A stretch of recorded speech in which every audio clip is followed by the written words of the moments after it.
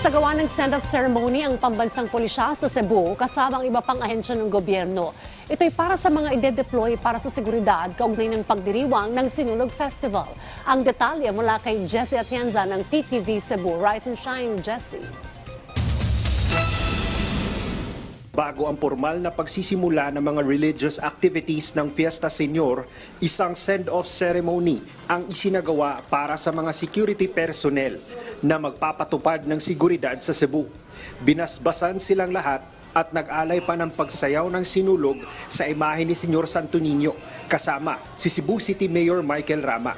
Ayon sa Police Regional Office 7, matagal na nilang napaghandaan ang pagpapaigting sa seguridad para sa kapistahan. As far as security is concerned, this is a joint undertaking by the PNP, the AFP, the Coast Guard, the NICA, the Bureau of Fire Protection, the Department of Health, and other agencies of the security sector.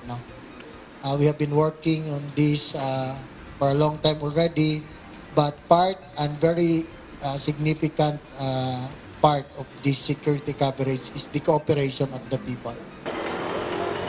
Nakasabit na ang mga banderitas sa labas ng Basilica Menore del Santo Niño.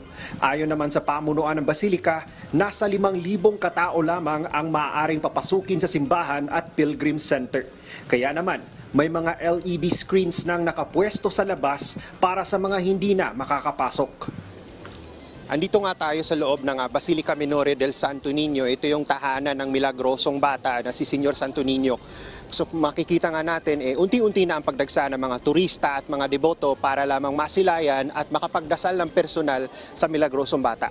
Ilan sa mga importanteng paalala ng mga opisyal ng Basilica sa publiko o sa lahat ng mga pupunta dito, unang-una ipinagbabawal yung pagbitbit o pagdadala ng malalaking bag o backpack dito sa loob mismo ng venue. Pangalawa, as much as possible, magsuot ng tamang dress code dito sa loob ng Basilica. At pangatlo, magbaon ng tubig para maiwasan ang dehydration dahil sa init ng panahon.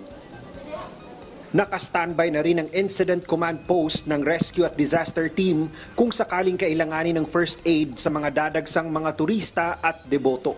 Mula sa PTV Cebu, Jessie Atienza para sa Morning Show ng Bayan, Rise and Shine, Pilipinas.